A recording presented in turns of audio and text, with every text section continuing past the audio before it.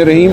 आज 13 रुकनी आइनी बेंच जो था 13 रुकनी आइनी बेंच अब वो 11 रुकनी बेंच बन गया है, उसकी एक नशस्त हुई और शुरू में ही बेंच के सरबराह जस्टिस अमीनुद्दीन साहब ने ये बताया कि कल चूँकि जस्टिस आयशा मलिक और जस्टिस अकील अब्बासी साहब ने अपना हतमी फ़ैसला दे दिया है, इसलिए वो अब इस बेंच की कार्रवाई में मज़ीद हिस्सा नहीं लेंगे। लेकिन उनकी जो राय है कि इन रिव्यू पिटिशनों को डिसमिस होना चाहिए, ये सुनने के काबिल नहीं हैं, वो राय शामिल की जाएगी हतमी फ़ैसले में। तो उनके जो 2 वोट हैं इन रिव्यू पिटिशनों के ख़िलाफ़, उन 2 वोटों का जो वज़न है वो हतमी फ़ैसले में शामिल होगा। तो ये बात वाज़ेह रहे। हमारी नज़र में इंतहाई तशवीशनाक मामला है। मुल्क इस वक्त एक जंग की सूरत से दो चार है। हमें इस मुल्क में इस वक्त इत्तेहाद चाहिए। हमें इस मुल्क में ज़रूरत है कि जो अवाम के हकीकी नुमाइंदे हैं वो पार्लिमान में भी हों और वो हुकूमत में भी हों हकीकतन। तो इस वक्त सूरत ये है कि एक फॉर्म 47 की पार्लिमान है, उसी फॉर्म 47 की पार्लिमान से एक हुकूमत कायम की गई है। हम ये कहते हैं और हम ये साबित कर सकते हैं कि हुक्मरान जमात ने 8 फरवरी 2024 को पूरे मुल्क में 16 सीटें जीती थी।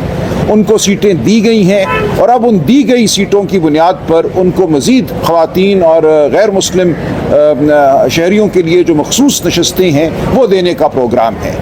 PTI को तमाम तर धांधली के बावजूद 93 सीटें मिली, जो सुप्रीम कोर्ट ने 12 जुलाई 2024 के फैसले में माना कि PTI बतौर जमात इस इलेक्शन में शामिल थी और PTI की कम अज़ कम 93 सीटें हैं और उन सीटों के तनासुब से PTI हकदार है ख़वातीन की मखसूस नशस्तों की और गैर मुस्लिम शहरियों की मखसूस नशस्तों की। अब अगर ये मखसूस नशस्तें हमसे छीनी जाती हैं, जो कि बज़ाहिर इरादा नज़र आ रहा है, और ये मखसूस नशस्तें उन दीगर जमातों को दी जाती हैं जिनको पहले ही उनकी औकात से ज़्यादा नशस्तें दी गई हैं पार्लिमान में, तो ये पार्लिमान मुकम्मल तौर पे पाकिस्तान के अवाम से दूर एक मसनूई इदारा बन जाएगी। इस पार्लिमान का कोई ताल्लुक़ नहीं रहेगा पाकिस्तान के अवाम की राय से। अब भी नहीं है, अब भी ये फॉर्म 47 की पार्लिमान है। लेकिन इसका नतीजा ये होगा कि खैबर पख्तूनख्वा असेंबली में मिसाल के तौर पर जिस जमात ने 6-7 सीटें जीती हैं उसको 8-10 मखसूस नशस्तें मिल जाएंगी और वह जमात जिसने 100 नशस्तें जीती हैं या लगभग, उसको कुछ भी नहीं मिलेगा। तो ये एक अजीबो-गरीब सूरत हाल है। ये पाकिस्तान की जमहूरियत पर मज़ीद हमला है और हम इस हमले का दिफा ज़रूर करेंगे। लेकिन 26वीं आइनी तरमीम का मकसद ही ये था कि जो 12 जुलाई 2024 का फ़ैसला था उस वक्त के 13 रुकनी बेंच का, जिसमें 8 जज साहिबान ने 2 टोक ये फ़ैसला दिया कि PTI 8 फरवरी 2024 के इलेक्शन में शामिल थी।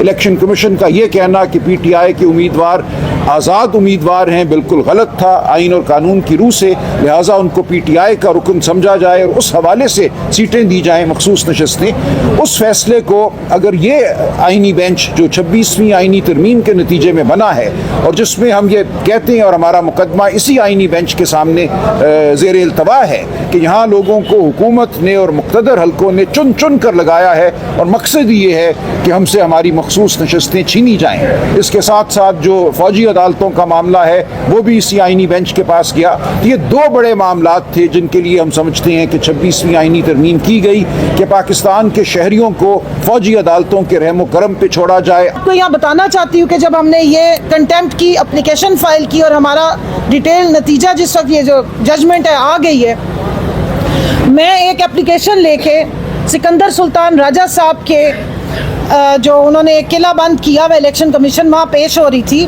और मैंने उनके पास सिर्फ वो जमा करानी थी। एक अवामी नुमाइंदे या अवाम के टैक्स से चलने वाले पैसों से जो एक इदारा होता है उसमें किसको मना है कि वो अंदर नहीं जा सकते। मैंने NA 166 से के हल्के से इलेक्शन लड़ा हुआ है। मेरी 100 के करीब पटिशन्स और एप्लीकेशंस उसमें भी ECP में पड़ी हैं। मेरे साथ तकरीबन 80 के करीब ख़वातीन थी। इन्होंने गेट भी बंद किया, हमारे पे जाहिरियत की गई, वहाँ पे FC अंदर बुला ली गई, बाहर पुलिस बुला ली गई, इस्लामाबाद पुलिस, और हमें अंदर दाखिल नहीं होने दिया गया। यानी कि सिकंदर सुल्तान राजा साहब अपने नाम के मुताबिक वो अपने आप को सिकंदर और सुल्तान ही समझना शुरू हो गए कि वो किला बंद कर लेते हैं अगर कोई पाकिस्तान तहरीक इंसाफ से नुमाइंदा उनके पास दरख्वास्त भी लेकर जाए। ये रोल नहीं होता आईनी इदारों का। और जिस तरीके से उन्होंने पूरे इलेक्शन में रोल प्ले किया है, उसके बारे में जो डीसी साहब थे, यहाँ के कमिश्नर साहब थे रावलपिंडी के, उनका बयान जो है वो ऑन रिकॉर्ड पर रखा जाए और इसको हम बार बार याद कराते रहेंगे। अब आ जाएं आप सुप्रीम कोर्ट में। आज की प्रोसीडिंग का राजा साहब ने बता दिया है। अब मैं समझती हूँ इन जजेस का बहुत बड़ा इम्तिहान है। पाकिस्तान बैरूनी दुश्मनों से इस वक्त लड़ रहा है, लेकिन अगर अंदर मुल्क के इंसाफ और रूल ऑफ लॉ नहीं होता तो फिर जो अंदर इंतशार फैलता है उसके खिलाफ हम लड़ रहे हैं। जब आवाम को इंसाफ नहीं मिलता, जब आप मुल्क की सबसे बड़ी अदालत में बैठते हैं और सामने कायदे आज़म की तस्वीर के नीचे आयत पढ़ते हैं और नीचे जजेस को बैठा देखते हैं, तो आपके दिल में एक यकीन होना चाहिए कि यहाँ पर आपको इंसाफ मिलेगा। फिलहाल तो हमें वो यकीन नहीं होता और आंखों में आंसू आते हैं कई दफ़ा कि हम मुल्क के सबसे बड़ी अदालत, सबसे ऑगस्ट जो सुप्रीम कोर्ट है उसमें आए हैं और अभी भी हम डाउटफुल हैं कि हमें इंसाफ मिलेगा या नहीं मिलेगा। इसको ख़त्म करें। ये हमारे जजेस का इम्तिहान है। आपने कॉन्स्टिट्यूशनल बेंच बना दिया। 26वीं आईनी तरमीम इस रिजर्व सीट केस के कंक्लूजन के बाद हुई। जिस तरह हुई वो अफसोसनाक है। वो तारीख काले सफ़ों पे लिखी जाएगी। वो हिस्ट्री किस तरीके से जहरियत हुई, किस तरह अवाम के मुंतखब नुमाइंदों को दिन दहाड़े अगवा किया गया और उनसे फिर वोट लिए गए। रात को 3 बजे उठ के आप जो है वो इस तरह की अमेंडमेंट्स करते हैं, कॉन्स्टिट्यूशनल अमेंडमेंट्स करते हैं, और किस लॉ के तहत, किस कानून और आइन के तहत जो है ये इलेक्शन कमीशन ऑफ पाकिस्तान ने ये सीट्स जो है दूसरी जमातों में बांट दी और आज वो फिर एक ग्रीफ पार्टी बन के हमारे खिलाफ आके खड़े हो गए। ये इलेक्शन कमीशन है, ये सिलेक्शन कमीशन है। सो ये एक तो रोल था। और दूसरी बात मैं यहाँ डिमांड करूँगी, आज मुल्क के ऊपर हमारे रिवायती हरीफ ने, दुश्मन ने रात को 1 बजे अटैक किया है। 9 मकामात पे मिसाइल अटैक हुए। सबसे पहला अटैक मेरी कॉन्स्टिट्यूंसी अहमदपुर शर्किया में हुआ, जहाँ पे ऑफिशियली 13 और एक्चुअल में 15 से 16 हलाकतें हुई हैं, शहादतें हुई हैं, वहाँ पर बच्चे शहीद किए गए हैं। और ऐसे मामले पे एक पॉलिटिकल जो आपने बनाया हुआ प्रिजनर, ज़बरदस्ती उनको आपने कैद किया, वो मुल्क की आवाज़ है, वो मुल्क का हीलिंग टच है, वो मुल्क की बाइडिंग फोर्स है। अवाम उसके साथ खड़ी है, अवाम उसकी बात पे यकीन करती है। वो हकीकी वज़ीर आज़म है। उसको 10 घंटे ना लगते नेशनल सिक्योरिटी की मीटिंग कॉल करने के लिए।